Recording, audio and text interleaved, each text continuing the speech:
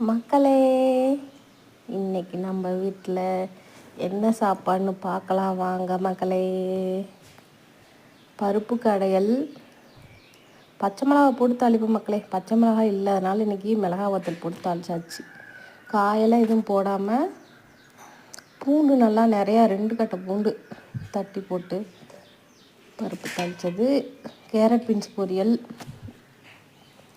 தேங்காய் வெங்காயம் எல்லாம் போட்டு வச்ச கேரட் பொரியல். சுரக்காய் பொரியல் மக்களே. ஒரு குட்டி சுரக்காய் இருந்துச்சு, அதில் ஒரு பொரியல் பண்ணியாச்சு. இந்த சுரக்காய் பொரியல் வச்சு சாப்பாட்டில் வச்சு சாப்பிட்றது அவருக்கு ரொம்ப பிடிக்கும் மக்களே. அப்புறம் மோர்.